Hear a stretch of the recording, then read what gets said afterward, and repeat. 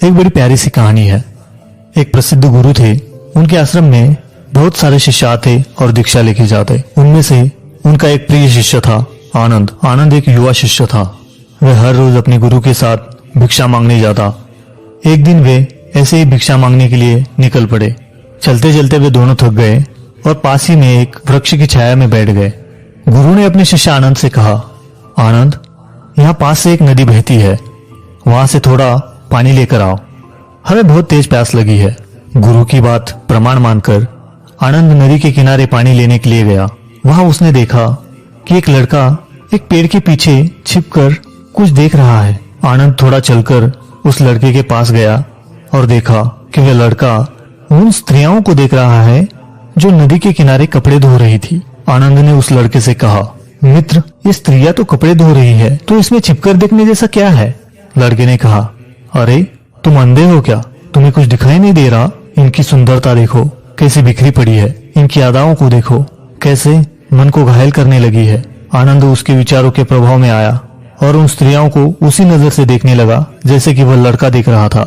अभी तक जिस जगह पे वो निर्भय होकर खड़ा था, वह भी उस लड़के की तरह पेड़ के पीछे छिप गया, जैसे कोई अपराधी छिप जाता हो, और उन स्त्रियों को देखने लगा।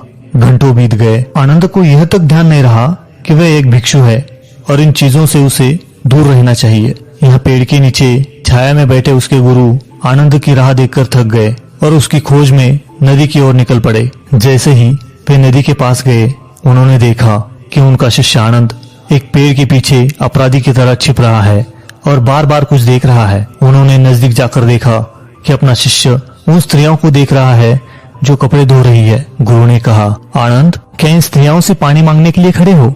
अपने गुरु की आवाज सुनकर आनंद कुछ इस तरह कांपने लगा जैसे किसी चोर को रंगे हाथ पकड़ लिया हो। नहीं गुरुवर, मैं तो बस। इसके आगे आनंद कुछ बोल भी नहीं पा रहा था। दूसरा लड़का यह देखते ही भाग खड़ा हो गया। आनंद अपने गुरु से नजरें भी नहीं मिला पा रहा था। गुरु ने कहा, आनंद, तुम तो बड़े निर्भय थे, किंतु आज भय से कांप रहे हो। इसका अर्थ तुम्हारे विचारों में मलिनता आ चुकी है। तुम्हारे मन में वासना मुझे साफ दिखाई दे रही है। आनंद ने कहा, नहीं गुरुदेव, मेरा कोई दोष नहीं है। मुझे उस लड़के ने बहका दिया था। मैं इन विचारों पर नियंत्रण करना चाहता हूँ, मगर मुझसे नहीं हो पा रहा। गुरु ने आनंद का हाथ पकड़ा और उसे पास वाले नाले के पास लेके गए और आनंद से कहा, क्या तुम इस नाले के पानी का बहाव रोक सकते हो? जी हाँ गुरुदेव, आनंद ने बड़े उत्साह से कहा, और उसने छोटे छोटे कंकड़ उठा लिए और नाले में डाल दिए। कुछ रेत उठा ली और बीचों बीच उसका बांध बना दिया और नाले के पानी का बहाव उसने रोक दिया। नाले का पानी कुछ देर तक रुका तो रहा, किंतु फिर रेत के ऊपर से निकलकर बहने लगा।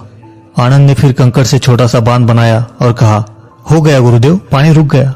गुरु ने कहा, नहीं आनंद, जहाँ तुमने बांध डाला है उसके पीछे जाकर देखो। पानी अपना मार्ग कहीं और से निकालकर बहने लगा है। तुम उसे रोक नहीं पाए।